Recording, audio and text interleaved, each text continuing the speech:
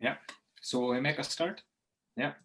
Hello, everyone, and welcome to this second webinar in our series of COVID and inequality in relation to social work in Northern Ireland.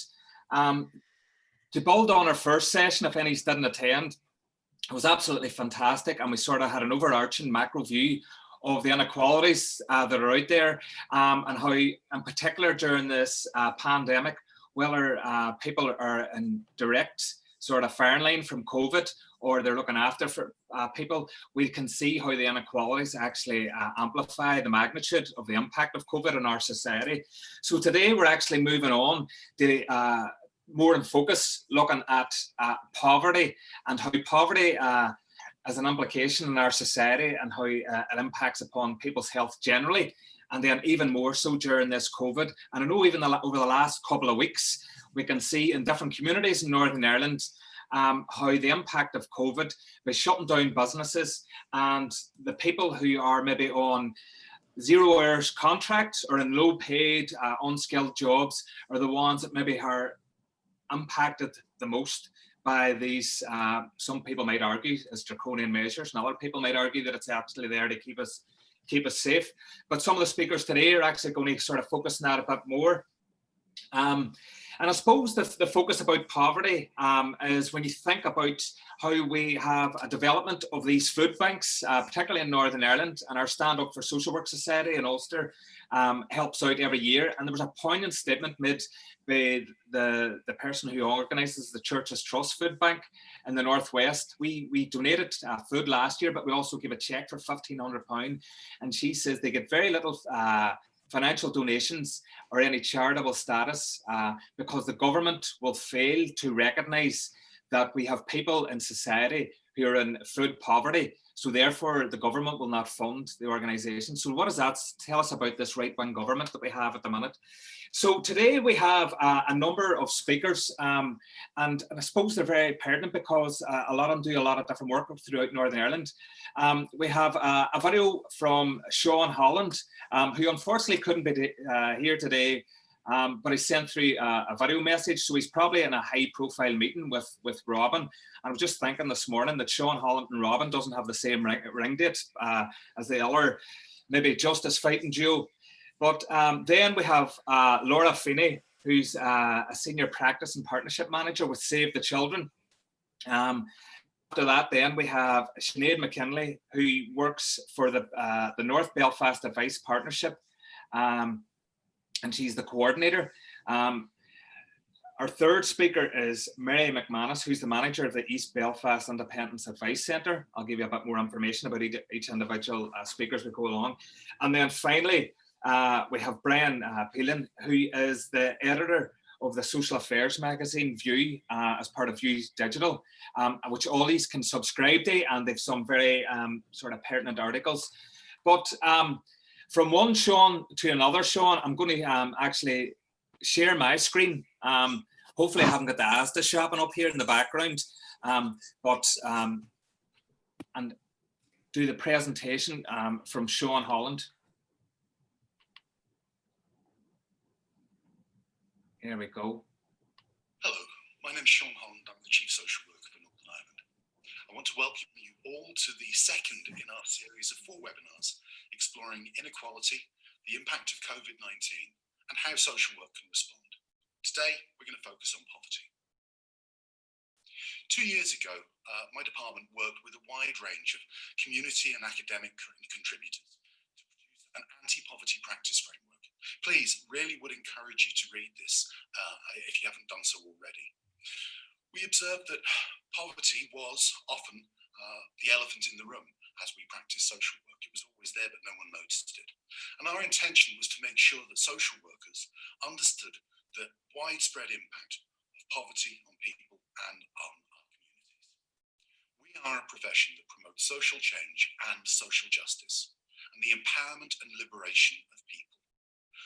Must not just uphold existing systems, but seek to work in partnership with people and communities to create a fairer society. Some might say it's time for us to return to the more radical roots of social work. As social workers and citizens, we know that poverty kills.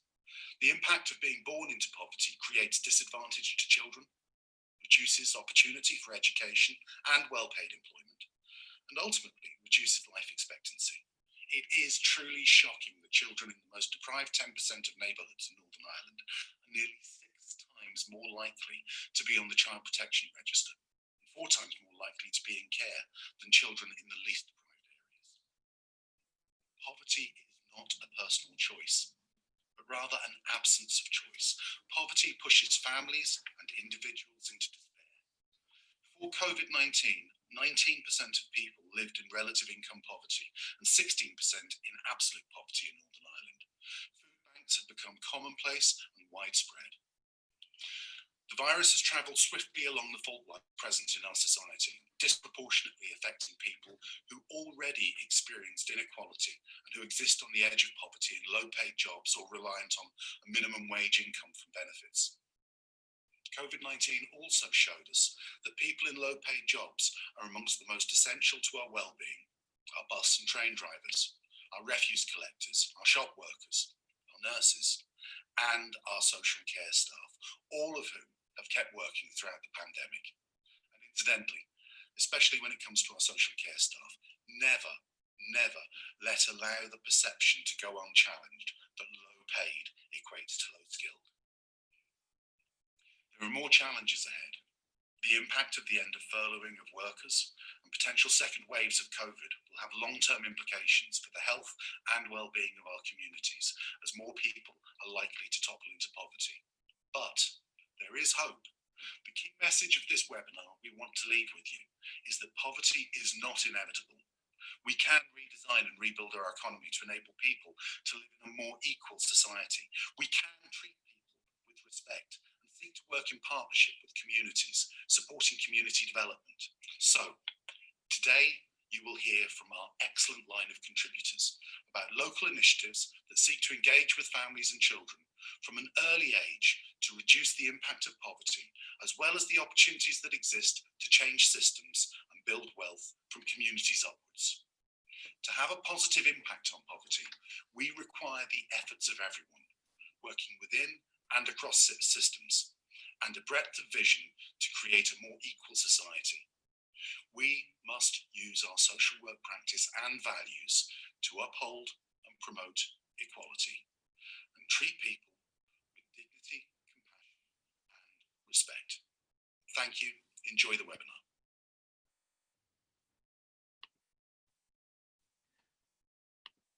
Hello, everybody.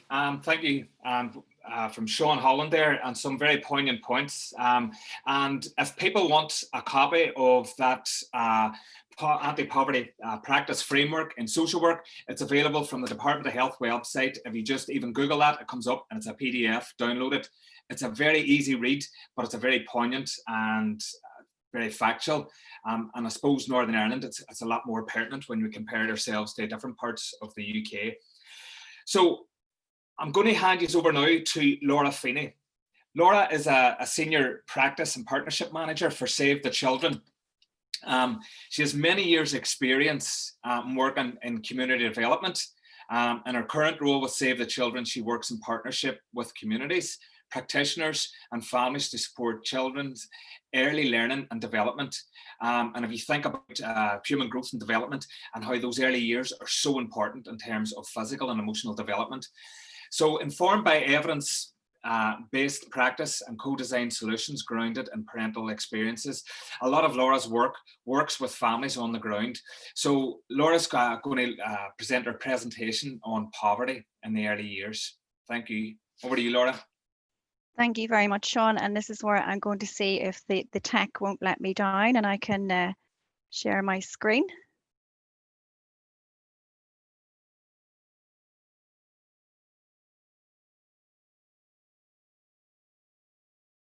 Is that sharing okay, Sean? Perfect. Okay, yeah, well, I'm really delighted to be here with you today to share some of Save the Children's work. In terms of our organisation, it's a global movement across 120 countries. We're often well known for our humanitarian work and responding to disasters and protecting child's rights. We've been working in the UK for over 100 years and in Northern Ireland for over 60 years. And Northern Ireland focuses very much on supporting families and practitioners to reduce the impact of poverty on children's early learning and development. To set a bit of context in terms of child poverty in Northern Ireland, the latest statistics published by the Department for Communities in May this year tells us there's approximately 107,000 children living in poverty in Northern Ireland. That's 24% of our child population.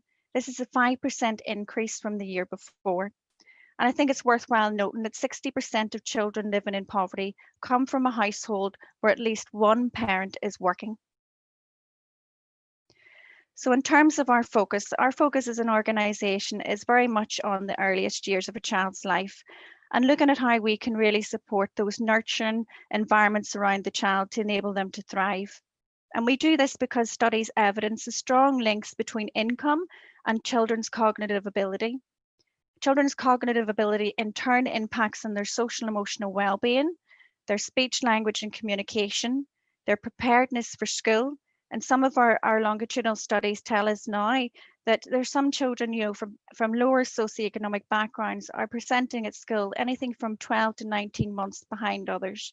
This impacts on their future education attainment, their employment prospects, and the life chances and choices that they have as they move into adulthood.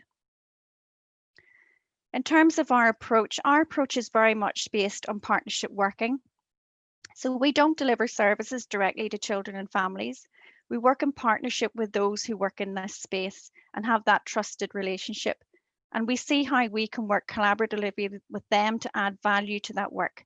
So we work with community partners, with Sure Start centres, with preschools, nurseries and preschools.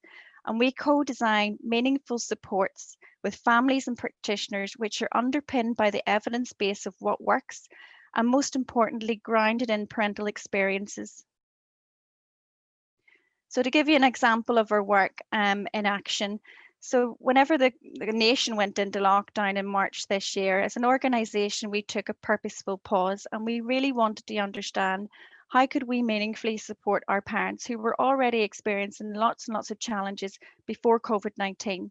And we also wanted to understand how could we meaningfully support those practitioners who were going to be working on the ground with these parents during this very challenging time. So it wasn't very sophisticated, but the first 2 weeks into the lockdown, we undertook a parental survey and we really wanted to understand what were their concerns. Over 1,000 parents responded to the survey and they talked to us about how they were worried about their child's mental health, how they were worried about how they were going to be able to feed their family. Bearing in mind at this time, there were shortages of food on supermarket shelves and awfully more costly options only available. They were really worried about how they were going to support their children's learning with closure of schools and how they were going to be able to manage that. Very concerned about paying bills and concerned about how they were going to explain this new situation to their children. We talked in the early days to the practitioners that we work with, and again, they reinforced that they were really concerned about access to food, the rising costs of food for families.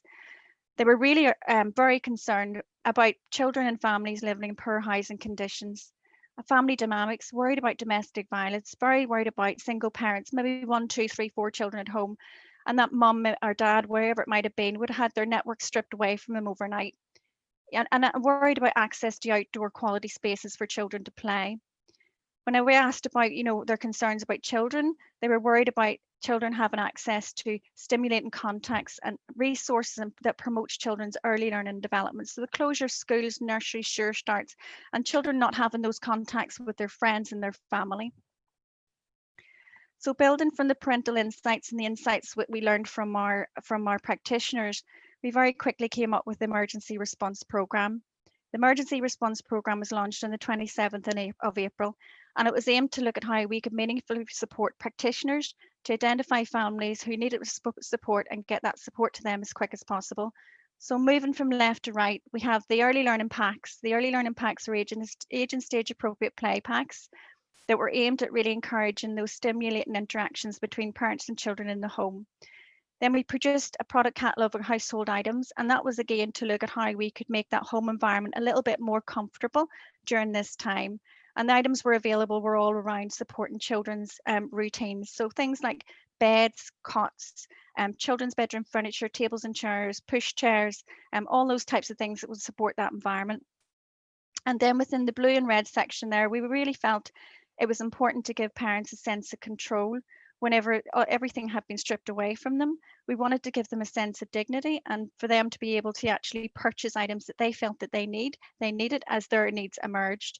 So we created a voucher section within the offer. So we created a voucher section for supermarkets, and this included Asda, Tesco and Sainsbury, and a voucher section for Argos. And what we've seen very much throughout this period of time is, parents accessing food through the vouchers, but more than that, accessing clothes. We very much seen them using the vouchers to purchase clothes for going back to school uniforms. We very much seen a response during the time when they were supporting their child's education. So there was lots of things like printers, paper, ink, digital devices purchased. And we've seen a huge volume of purchases around outdoor activity, play activity items for children, and things like scooters and bikes, so families could get out in that very much precious 1 hour of activity during the day. If we move to the next complimentary limited offer section, we actually asked corporate partners if they would come on and support us. So Hasbro, Lego and Play-Doh, they all said they were really interested in helping out, and they now provide toy bundles to every family. We then looked at how we could provide parent-friendly information and guidance on how to talk to your child about COVID-19, more recently how to talk to your child about going back to nursery or school. And we also worked with Jamie Oliver's nutritional team around creating nutritional recipes on a budget as well. As I say, the programme was launched on the 27th of April, and we were set to wind it up at the end of September. To date, we've supported through our partners over 1,200 children. And move to the next slide. Whilst we're during lockdown, we were really interested in understanding how our families were doing, how they're actually coping and managing. So we partnered with Joseph Rowntree Foundation, and we carried out a parental survey which reached over 3,000 parents. And 65% of the parents told us that their mental health had been affected by the concerns about money. 61% said they borrowed money or taken a loan, 51% behind in rent, and 72% cutting back on essential items. And these essential items were like food and hygiene products. So this really encouraged us to retain the emergency response programme until the end of December. And coming along today, being asked to present is very much mixed emotions, because whilst I feel incredibly privileged to be part of an organisation who can meaningfully support families, and incredibly proud of those partners that work day and daily on the ground, supporting families through this challenging time. Incredibly sad as well that we have to step into this space as communities and as charities, stepping up and picking up the pieces where there is a failing welfare state. We fundamentally believe as an organisation that by creating supportive, nurturing and stimulating environments around the child, that this will give them the best start in life and access to choice and opportunity through into adulthood. And that's the end of my presentation. Thank you very much for listening. And there are some links at the end if you're interested in further reading. Thank you very much, Laura. That was very informative, and it's quite shocking to realise that 24% of the children in Northern Ireland are in poverty. And if you relate that back to the Department of Health's statistics, and we can look at the impact and the long-term impact, as Laura has pointed out, in terms of mental health, physical development, and then later on physical health, and in addition crime, and then marital breakdown and things like that. So it has got far-reaching impact, and some of them really start statistics pointing out that 61% had taken additional loans during COVID, which people who are in poverty are then digging even more of a deeper hole to try and get out of it, and they can't. And we all know what parents do. They'll do anything to protect and help and support their children, and if that means putting additional strain on themselves. So it is, and I think one of the big points that Laura made was talking about the failing welfare state. And if we think about the governments that we have at the minute and how they're moving more and more to that supporting the rich in society and letting the poor get poor. So our next speaker is Sinead McKinley. And Sinead works for the North Belfast Advice Partnership. And her role within that is that the partnership seeks to address and tackle local poverty through service delivery, awareness raising and programs.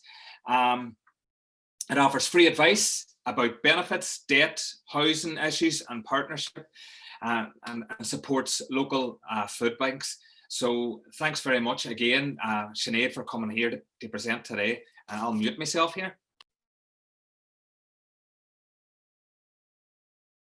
Good afternoon, everyone. Thanks for inviting me along. So Sean, I'm going to say we actually have a food bank here. So in North Belfast, I've had a food bank here for the last 7 years. And that's been, I suppose, key. Actually, I'm going to say I feel like I've moved into our food bank in the last 6 months, and my children actually just see me need to come in and volunteer with me. So that's I suppose, the level of demand that we see at the moment. But Emma will go through the slides then. Thanks. So just a wee bit about our service. We are an advice partnership of 5 advice centres in North Belfast. We're cross-community. We have 16 advisors, 2 debt workers, and we deliver, what we try to do is make sure people come in and get benefit entitlement checks, which I would say to everyone at the moment who's out there working with families, that is so important to do. Make sure people are claiming everything they are entitled to. So many families are still missing out on just the basics, and we see this every day. So it's really important to access those services. Our job is to maximise income, and then also to make sure we signpost and refer on to other support organisations. And I would say primarily as an advice worker, and I've been doing this 20 years, I always think the tackling poverty is the main aim of my work. That's why I get up in the morning to go out to work. That's the drive that keeps me going. And what we see on a day-to-day basis, when we go to people's doors, it still overwhelms me, the amount of poverty we see. And you know, and I always think when people come in and we talk to them, and we talk about poverty, a lot of people don't believe us. And I always think it's because when you're not looking for it, you don't see it.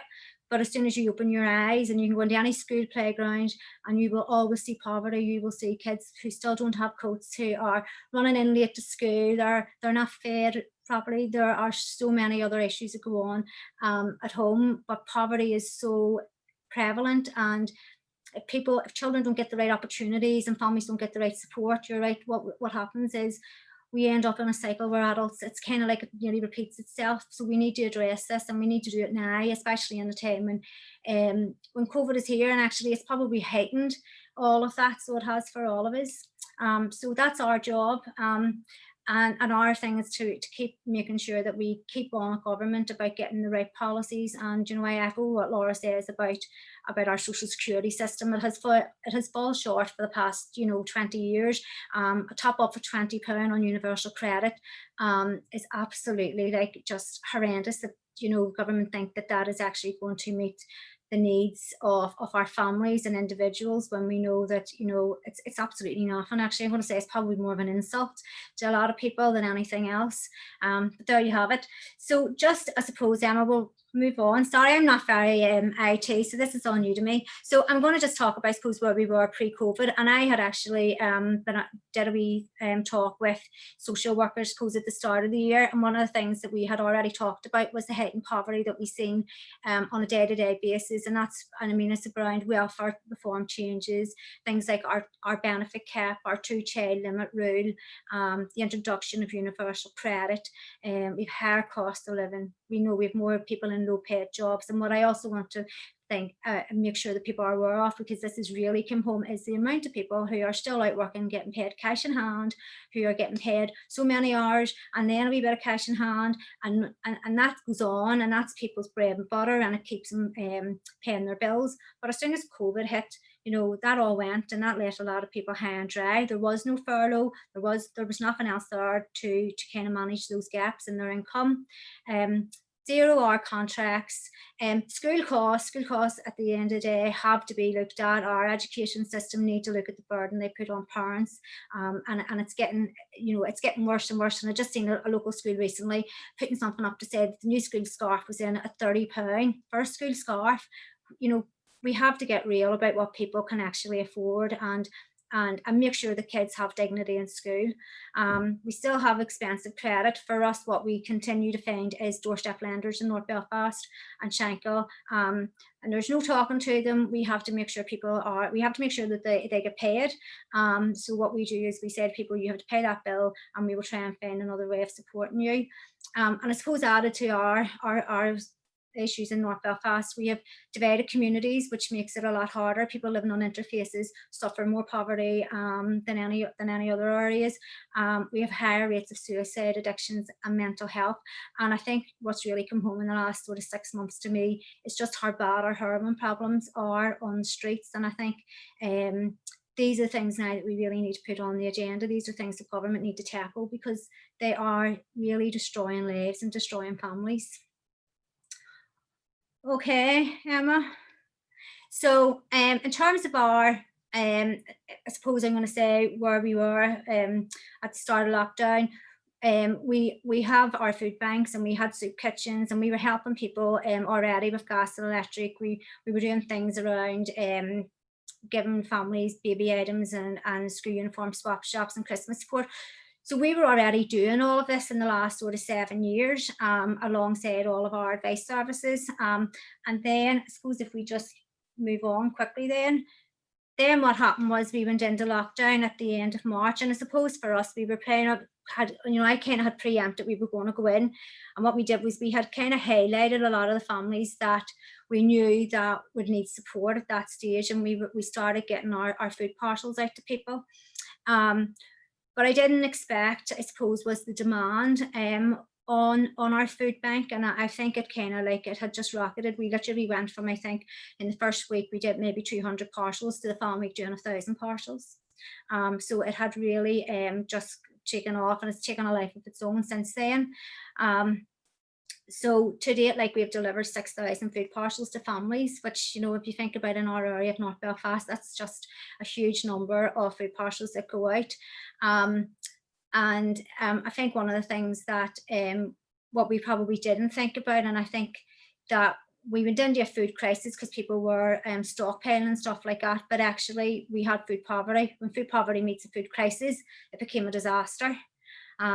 So that was one of the big issues for us, is that how would people actually be able to access food? And Laura mentioned it, but what we were finding was that people who were stockpiling were buying stuff that were cheaper brands and stuff like that. So people on low incomes couldn't access their normal shopping. And then what happened was people were really panicking. So people then, there was a whole issue around access to supermarkets and just affordability if they were going to a local shop. I think one of the things that came up for us is we kept having, especially lone parents, phoning to say that could they have some items dropped off to the house. And this was because when they did go shopping, they basically, it was nearly like everybody else was looking at them because they had maybe their kids with them because they didn't have childcare. The kids were off school, so they had to go to the supermarkets themselves. And, you know, one girl phoned me in tears and she says, I just came out of the shop. I just couldn't even face it. There was a fella shouting at me, where have I got my kids in the shop and they're going to get coronavirus or other super spreaders. And I thought, like, that is just horrendous. People can't sometimes step back and think, actually, this girl's on her own. She's got 2 kids. She has to go to the shop. She has to feed them. But to actually then to have her leave the shop with no food, it's you know, so we need to really probably think about how we educate everybody around us into different people's circumstances. And this is going to get worse. You can actually, I mean, I'm in Tesco's every day doing our food bank shop, and I can feel it when I go in. I can see people are starting to stockpile again. We can see people are starting to get worried about if food runs out and what they can afford. So I think these are things that I suppose have come home to us. One of the other things is, and I'm going to talk about tailored food parcels, which has been very important to us. We kind of had a blanket approach, I suppose, by government about what food parcels look like. And actually, I suppose what I kind of think is we should have been a wee bit more strategic about that. We didn't think about different backgrounds, people from different cultures and their food habits. We didn't think about people who have different illnesses and health problems and what food means to them. And we also didn't think about people's cooking skills. Lots of food parcels went out and people were getting things like bags of potatoes and pasta and stuff like that. And you know what? A lot of our families didn't even know what to do with them. You know, they literally were phoning and saying, here, can you take this and bring us down something else? So it really has been back to basics, because those skills aren't there in a lot of families, especially where we have maybe more chaotic lifestyles, where there's other issues around mental health going on, where there's issues around addictions.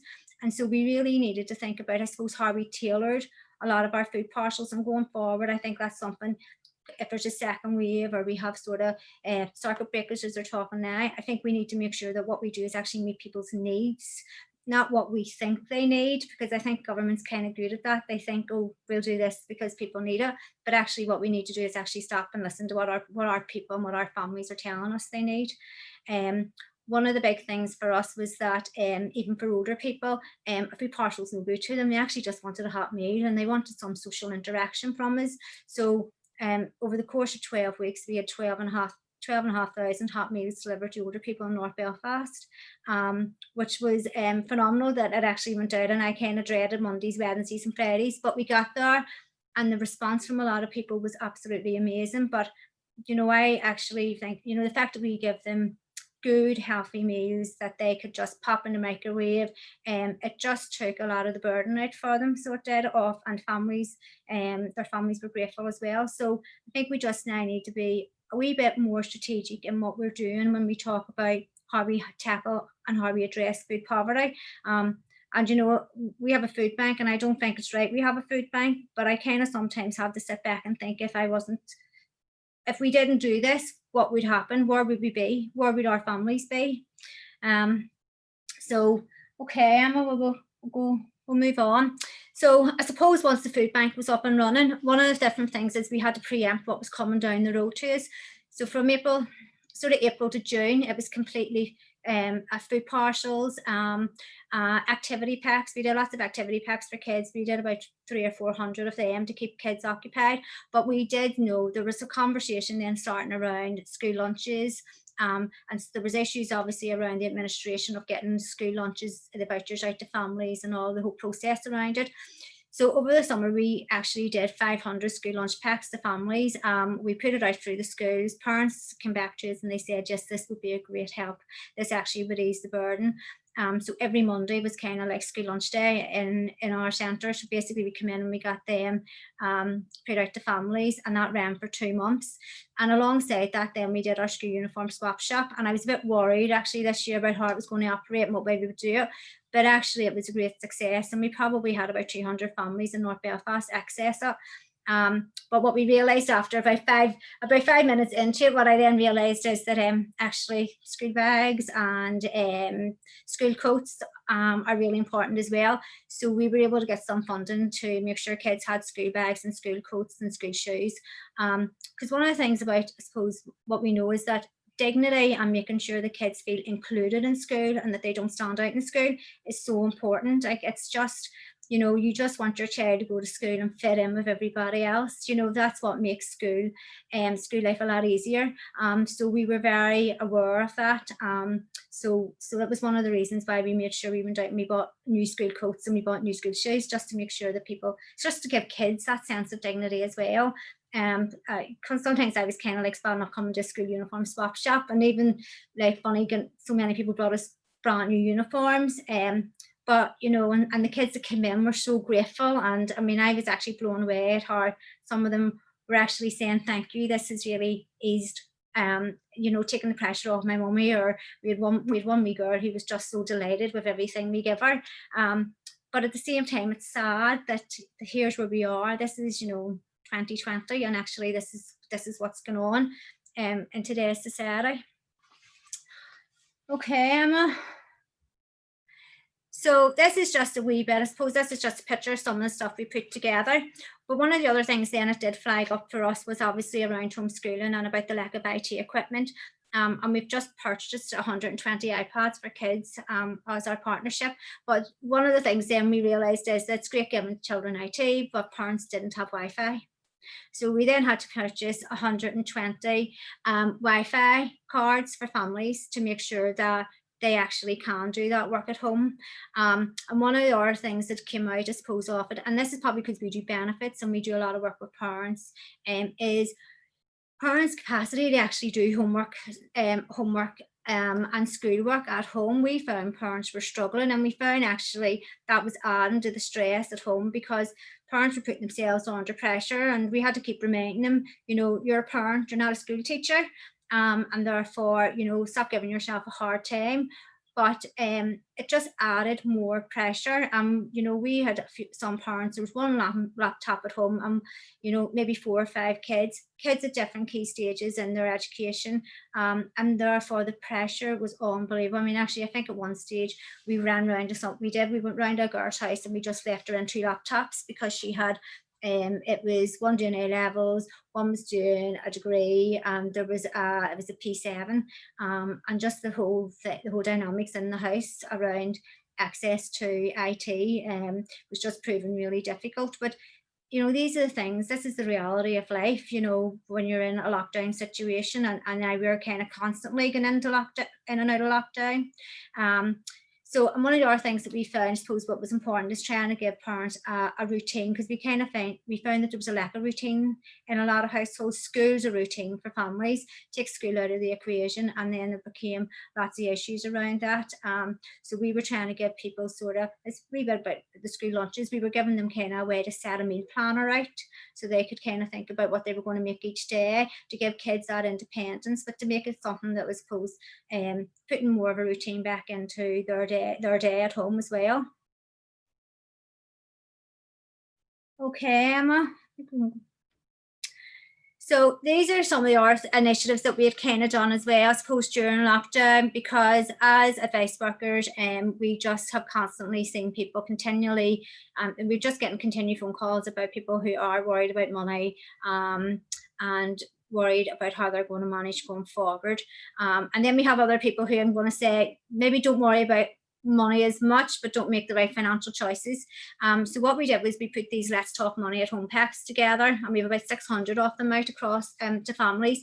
And it's really, I suppose, a way of getting kids to look at the value of money, and that's really important where there's maybe very little money at home. When children can understand why you can't have something, it makes life a lot easier, and kids are resilient as long as you're truthful with them, I always think. So we put these together. We tried to make it more fun for them, so there was games and interactions in it. Some of our younger kids got cash registers to play shop and stuff like that.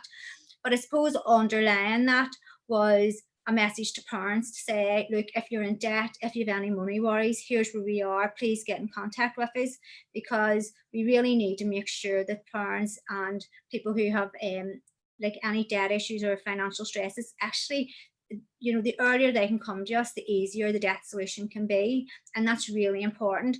It's also really important that parents and families understand how to budget, and it should be a family thing. We should make money something that we all talk about. What we find in advice is that we find parents who don't want to tell maybe older children they're struggling financially, when actually that older child could maybe contribute to a household. We don't talk about what it costs to run a house. We had kids in it funny during our summer period, and they started off and they couldn't have told you the price of a tin of beans, and by the end of it they could nearly tell me the cost of our shop at Tesco's. But these are just basic things that we really need to start to focus on. People need to really understand all of these things, because it helps children going forward to be, I'm going to say better adults, but actually to live better lives, and to actually to value what parents are giving them, and the sacrifices they make to do that as well. And parents should probably be a wee bit more open about some of these things as well, because I think family life would be a bit easier if they have more open conversations. So this kind of has also a kind of, I'm going to say, I kind of come into work one day from the next, and sometimes I don't know what we're doing, because it can sometimes be what just comes through the door. But I suppose what we found at the very start was that we had homeless people who were put into hotels and hostels. They were put in a room. They had no cooking facilities. They had very little interaction. So basically we had set up some homeless support, and this was in partnership with the People's Kitchen, or St. Pat's Soup Kitchen, so it was. And so what we did was we developed an outreach program from Monday to Thursday. Lots of people be out in the streets feeding homeless people, usually in the evenings. But what we realised in the summer months, it was really important actually that they got a meal during the day, and also that they were hydrated. But what we suppose didn't realise was that actually they were from the age of 16. A lot of our homeless people in the street were very young, 16 to 24. I'm going to say, if hoodies come into our building, or trainers or check bottoms, there's nearly a fight for people to hide them because they go straight out onto the street. So our outreach team are really good at looking after our homeless people. But like in one day, you know, Victor, the fellow who does it for us here, he came back and he says, Sinead, you need to go out. There's 3 wee boys out there, I haven't seen them before. They were like 16, 18, 19. Mom had moved a new boyfriend and they weren't happy. They left and they were on the street. And this is the reality. And the fear for us is that the longer they're on the street, the bigger problem is that they probably end up start using drugs and harder drugs, because that's the only way you survive on the street. So it was about trying to get them off the street as quick as possible. So there are the things that we're kind of doing as well. So going forward, what I would say, I suppose too, and this is what our concern is, as everybody else's, is furlough ending at the end of this month, and that is going to be huge because the job losses are going to be serious. We already know with our housing associations that people are in rent arrears, and it's not so bad if it's housing executive, but if you're in private rented, this is going to be a massive issue, or maybe some housing associations. The opening and closing of schools because of the IT, and then obviously just coming into winter months. For us at the moment, we're getting ready to launch our Christmas appeal, and we've already had families phoning in tears this week and last week about Christmas and how they were going to have Christmas at home and what they were going to do about toys, because parents do all these things and they feel like they have to. So I think it's important that we maybe get a message out there this year that, you know, trying to take away from the material side of all of this and make it about family. And we see every day, one of the big things is about our mental health and addictions. Is that me, Emma? Sounds like I feel like I rushed through that. So absolutely fantastic, Sinead. I think gives you an idea of what we do. I think it gives us a real snapshot of what's actually happening out there. And I think the really sort of important points around people and benefits and getting a benefit checkup to see. The government will tell you that there's so many people claiming fraudulently, but they won't tell you that there's twice as many people not in receipt of what they're entitled to. So very good sort of poignant points and a brilliant service. So anybody works in that area, please use it. I'm going to hand you on now to Mary McManus, who's the manager of the East Belfast Independent Advice Centre.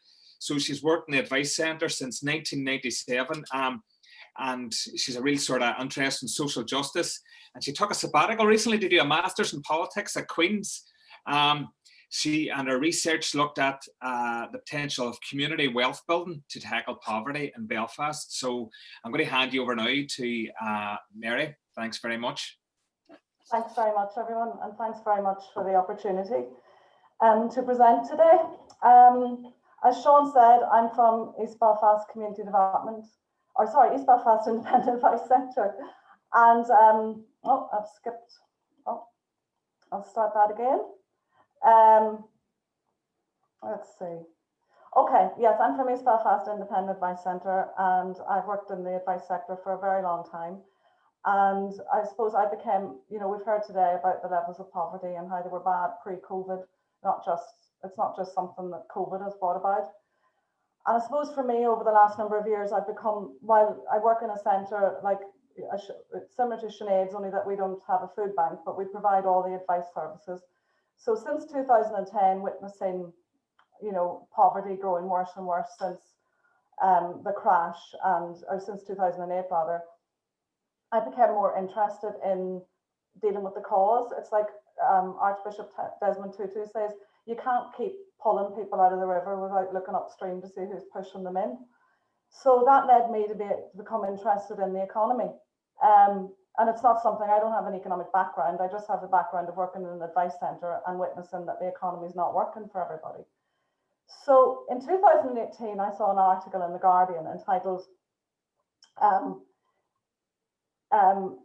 in 2011, Preston hit rock bottom, then it took back control. And that was an article by Aditya Chakrabarty, and it's his excellent alternative series. So when I read about Preston and how they were using community wealth building, it really, how they were using local economic development to target poverty, it just really piqued my interest. And to me, it seemed like this was a way that we could target poverty, you know, from the cause rather than continue to, you know, we obviously we have to deal with the symptoms, but this was a way of dealing with the cause. So community wealth building is defined as being a new people-centred approach to local economic development, which redirects wealth back into the local economy and places control and benefits in the hands of local people. It's about creating a more democratic economic system that has the common good at its core. So most traditional economic developments, such as inclusive growth, are about trying to fix the current system. This is about creating a different system. At the moment, our economic system is left to what trickles down to people. So community wealth building is about looking at the wealth that is already in place and ensuring that it's more equally distributed from the outset. So it's more about building into the system. It's about pre-distribution of wealth at the beginning rather than trying to fix a system at the end, which is what we currently have. And what I love about community wealth building, it's actually about the wealth that you have in a place. And when you start thinking about this, there actually is quite a lot of wealth. And somewhere like Belfast, for example, there is a lot of wealth in the place. And Neil McEnroy from the Centre for Local Economic Strategies, who support a lot of cities and devolved governments on this approach, he would just say it's a matter of plumbing. And this comes from this plugging the leaks, which was developed by the New Economics Foundation. So if you think about the local economy as being a bucket, and you have all the money coming in, like through public money, from public procurement, you know, that's the council, the trust, the Department for Health, all that public money coming in. It's about the welfare benefits, and it's about the export, it's about business investment. And then it's about trying to plug the leaks to make sure that that money keeps circulating in the local economy. So and when the money circulates, it has a local benefit, it has a local multiplier effect. So if you think about it, I get paid, I go and I spend that money in the local economy, and then that person who profits from that, they spend it. So it keeps circulating in the economy. So it's about making the most of every pound that enters the local economy. So how does it actually work? Like what's community wealth building look like in practice? Well, it's defined as having 5 principles. So the first one is fair employment and just labour markets, right? So if you take anchor institutions are a very important part of community wealth building. And an anchor institution is an organisation that is anchored in the area. It's not going anywhere. It's your council, it's the police, it's the health trust, it's the universities. These are institutions with an incredible amount of money, and they are not going anywhere. They're not going to up and leave if they suddenly decide that their profits aren't great anymore. So fair employment and just labour markets, that's about the local anchor institutions paying the living wage. And I mean the real living wage, not the national living wage, the real living wage as defined by the Living Wage Foundation. And it's about these anchor institutions making sure that they have targeted recruitment from people from lower income areas, and that they build progression routes. So for example, in Liverpool City Council realised that outsourcing didn't deliver value for money. It delivered redundancies and a reduction in workers' rights and poor quality services. Liverpool took their refuse collection and street cleaning back in-house.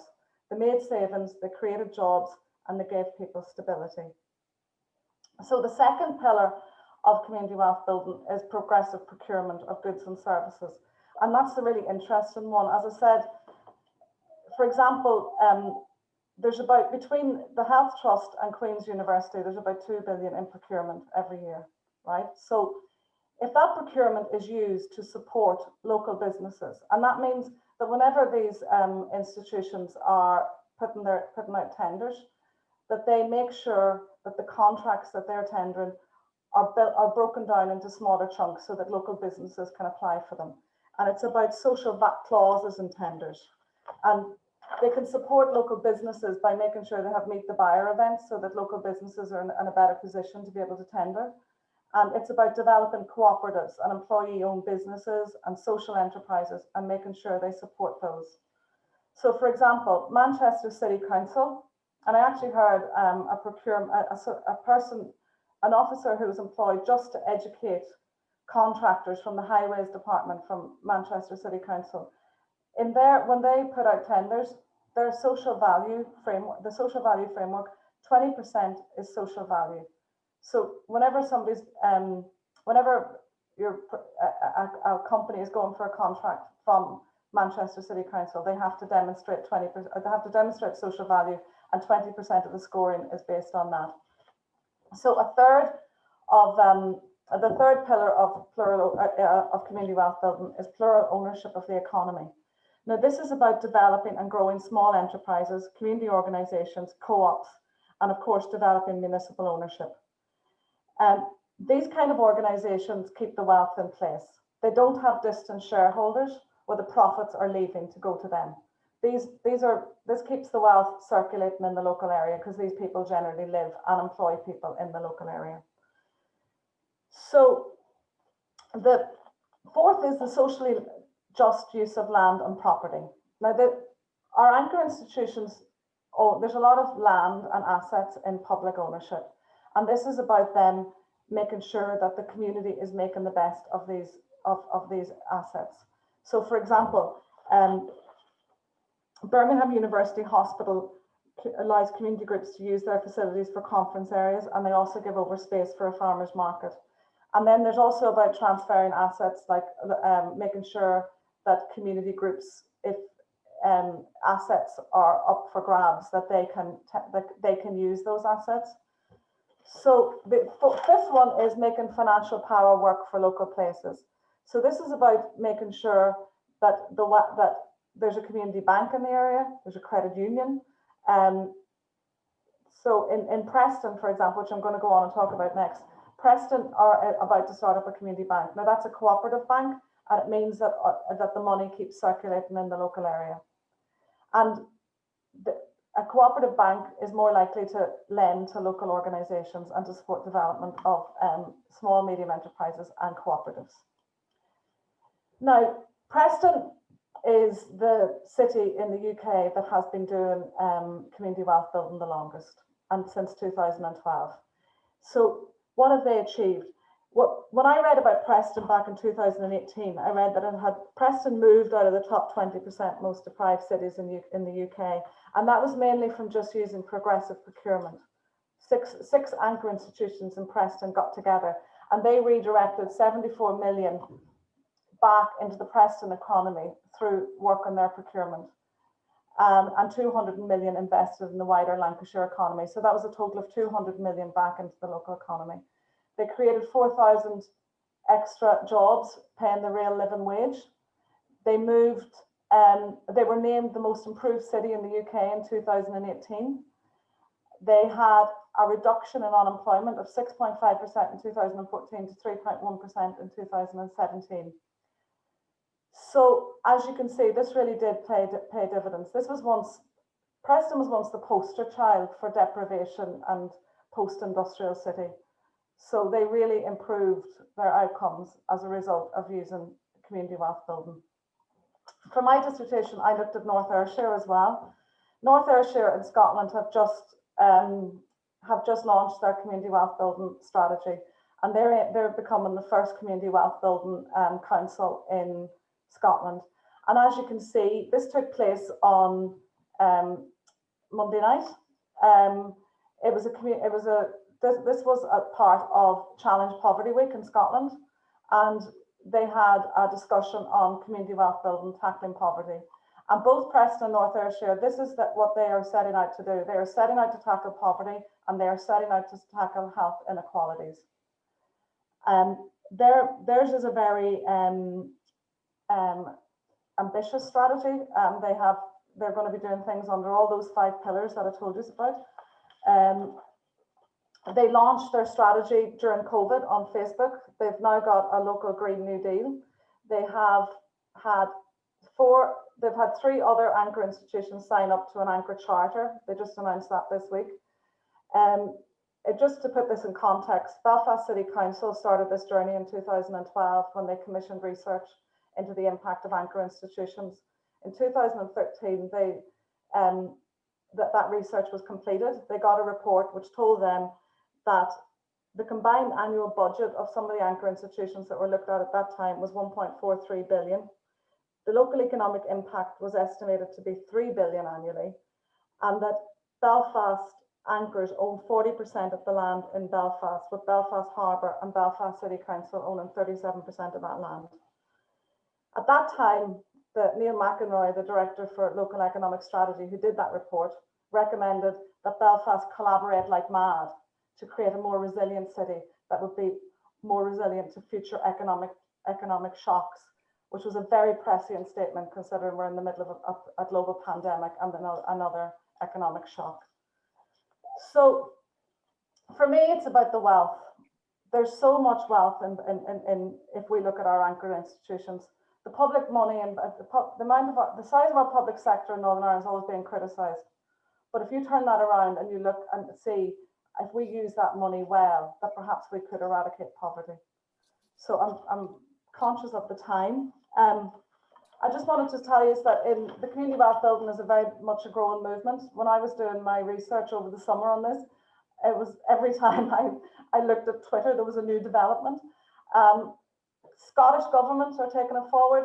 The Welsh government, those are just some councils that are taking it forward. The Department for Communities here is very interested in it.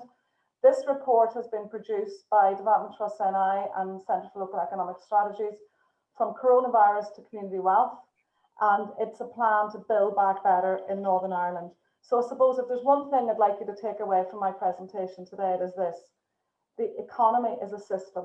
There's nothing natural about it. It's not preordained. It's a system, and it can be changed. So I think for many people, they think it's just natural. It's just normal the way our economy is set up. It's not. It's a choice, and we can make a different choice, and we can eradicate poverty with a different economic strategies. With different local economic strategies, we can begin to tackle poverty. So thank you very much. Thank you very much, Mary. That was absolutely fantastic. And I suppose as social workers, what we're trying to do here is try to increase your thirst for social justice, and through social media, lobbying your local politicians.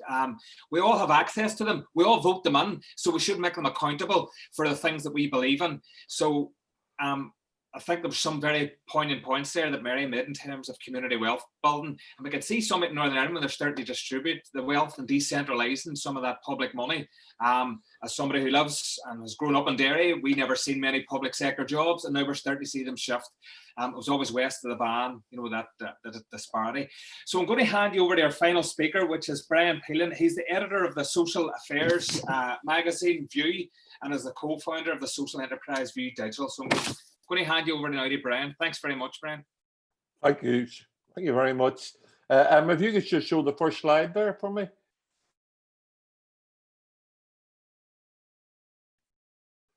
You got it there?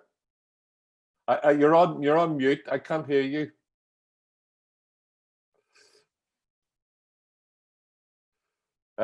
Just leave it, Emma. I'll just talk on. Okay, just leave it. Don't worry about it. There was only a few slides anyway. Look, first of all those who are taking part in this, I want to thank everyone for taking part in it. I especially want to thank the organisers for inviting me onto this to talk about it. It's a subject, poverty, is very close to my heart. A little bit about me and a tiny bit about me. I'm a journalist. I was born. Sorry, it's coming on now. Sorry, if you just click the first one there. Yep. Okay, that says, I'll talk about that slide in a minute and why it's there. Basically, my name is Brian Peelan. I'm the editor of View. I started off in newspapers many years ago, we'll just say 20 years, working in newspapers, enjoying it, learning it, but a lot of frustrations in how news is covered. And eventually, about 10 years ago, decided to leave. My last job was with the Belfast Telegraph, decided to leave. And with my partner and View Digital co-founder, Una Murphy, decided to set up this magazine and the organisation View Digital and to report on social affairs. It's been an amazing journey, absolutely amazing. And what we've come across and what we look at, etc. The extent of poverty has been outlined by our speakers very well. So we have a sense of poverty, but I'm interested as a journalist in looking behind at the causes of poverty. Why do we have ongoing systematic poverty where people are generally, struggling to survive economically? The film Ken Loach, and you see the quote there, and that's a quote from the director you haven't seen the film, I would urge you to see it. I went to see it in Belfast on a Saturday morning, and I'd seen a lot of his work and I was familiar with Ken Loach. And there's a scene in the film when a mother with her 2 children is struggling, and she goes to her first time ever to a food bank. And the people in the food bank are very good. They're looking after the children, etc. And she's obviously very ashamed. She's very vulnerable why she's there. And there's a scene where she goes over and she just opens a can of beans in the food bank and starts to eat from it because she's starving. She had been feeding her children and not looking after herself, and she was starving. And I remember sitting in the cinema watching this, and it was like someone punching me in the stomach. There was a powerful depiction of what poverty is. And then food banks perform a role. But I've always thought that food banks perform a role, but why do we have food banks? I mean, really, why do we have food banks when there's plenty of wealth in this society? It's just a lot of people can't access that wealth or don't get it paid enough or on low paid jobs, etc. But there actually is wealth. There's a lot of wealth in this society. Not in Northern Ireland, in Belfast, there's a lot of money, but it's what you can have. It's what you're earning. And although I'm a journalist and I've worked in newspapers, I've also, what I call it, from the age of 16, I became a socialist. It's not a contradiction to me. I've argued with a lot of other journalists. I report, but I'm a socialist. I see the world through the prism of socialism. I'm always looking for solutions to socialism. And Karl Marx one time wrote many years ago, the philosophers have only interpreted the world in various ways. The point, however, it is to change it. Well, I would argue that poverty is a product of our economic system. It just doesn't come like out of the blue. It's not people's faults, although they carry a stigma for it. And we can interpret it, poverty, we can apply sticking plasters to it, or we can take part in discussions about how do we organize to change it. To me, those issues are central to us. If you can show the next slide, Emma, about the magazines, please. Can Emma hear me there? No. Yes, thank you. These magazines, they're just a few of them there. We just done one which looked at building a fair economy. Before that, we had one on COVID heroes, all the great people who worked through the pandemic are still working through it. With voices of migrant women, very positive stories of women who have come here from asylum seekers, refugees, just people from other countries who came to work here and who live in Northern Ireland and to catch their experience. Before that, there we had one on addiction. And if you look at it, what I call it, if you go to the next slide, Emma, please. Yeah, if you look at it in terms of our magazine, poverty fits into this. We've covered poverty in the past, child poverty. But some of the issues that we've covered in the past, homelessness, suicide prevention, disability, loneliness, palliative care, housing, victim survivors, crime and justice, impact of austerity, all those issues are interconnected. They all link to each other. In other words, someone who is struggling to survive economically will also have higher levels of possibly mental health. They may be involved in domestic abuse or domestic abuse is affecting them. They may have bad housing needs. And we try through our magazines to look at those issues, and we bring in a range of people who will talk about those issues, who will write for those issues. And for all the people who are listening to this, although it's a plug for the magazine, what we do, we can't survive without you. We need an audience. So please look at the work that we do on our website, viewdigital.org. You can subscribe to us free to receive our news sites. You can subscribe to get our printed magazines. You become a View Digital champion.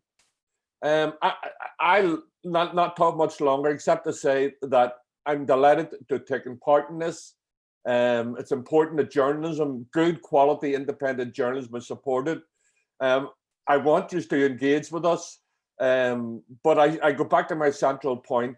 It's not individuals' faults that they're poor. It comes from an economic system.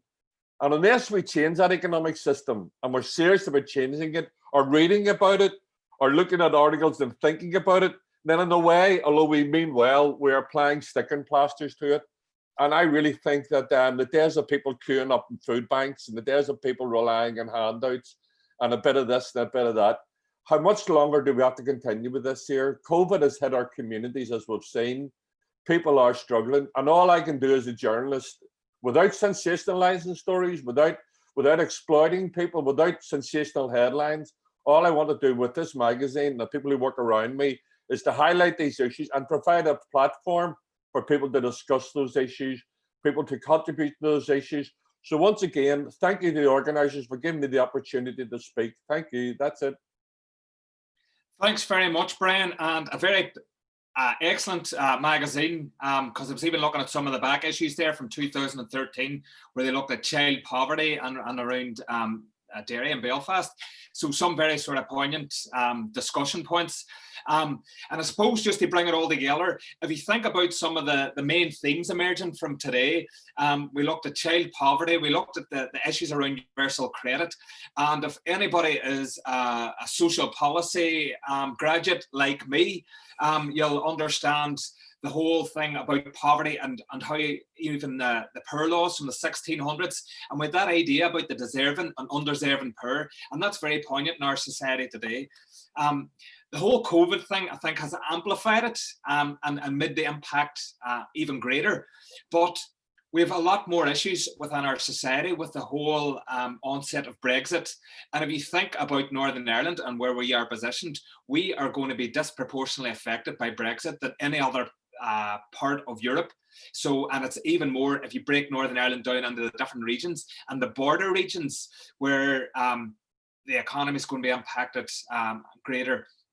So we think about people on low paid jobs and the impact that has. So this is going to get worse. We're coming into the winter. And one of the points that Sinead was making is people make that decision. Are we going to eat or are we going to get heat? So we think about fuel poverty, and the government have these sort of stringent guidelines on about cold weather payments, that there has to be so many consecutive days of low temperatures in order to get payment.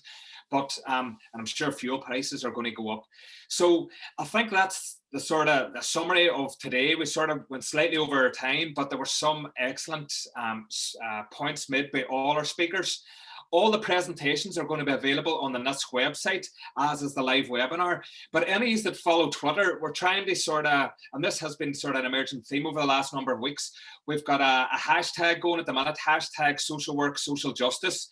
And it seemed to skyrocket over the last couple of weeks. In 2 weeks' time, we have our third series. And some of the points that we're making today are sort of leading into that, which is about COVID and gender inequality. And if you think about some of our speakers and what they were talking about, and how maybe COVID is really affecting maybe in particular women.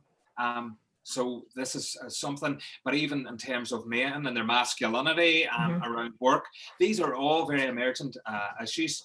So I just want to thank you all for coming along here today. And I want to thank all our speakers, Laura Feeney, Sinead McKinley, Mary McManus, Brian Peelan, and of course our own Sean Holland, who prepared his blurb for us as well. We're going to get him on this someday. I'm definitely. I deliberately give him a hard time because we've put on 2 weeks and he hasn't shown. So I don't know whether he's real or not. He's just a virtual person, as he like the Gorillas, you know, from the band. So that's us. I don't think if any other of our panelists want to add to that, or is that us now? I think that's about us. We're a bit over time. That's fine. If any of the attendees have any burning questions, we can certainly pass those on to our panelists at future times and get a response to. If anybody wants to type anything quick into the chat box. Thank you for your lovely comments, and just again follow the hashtag. Thanks again to our panelists, and we look forward to seeing you all again in 2 weeks' time, and we provide some information on panelists next week into the social work community through the social work community mailbox. Okay, Sean. Thank you, everybody. Yeah, Bye now. thank you very much.